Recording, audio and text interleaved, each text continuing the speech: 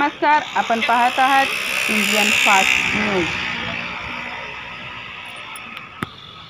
याबाबत अधिक माहिती अशी की जमिनीच्या वादातून झाले भांडण, 6 गुन्हेगारांवर MIDC पोलीस चौकीमध्ये झाला गुन्हा दाखल।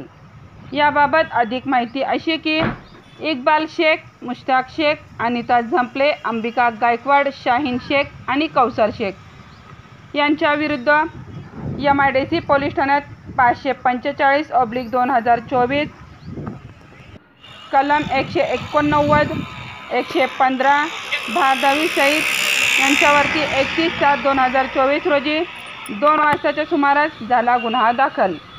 पुढील तपास police head constable Yogesh Bhosale sir करीत आहेत।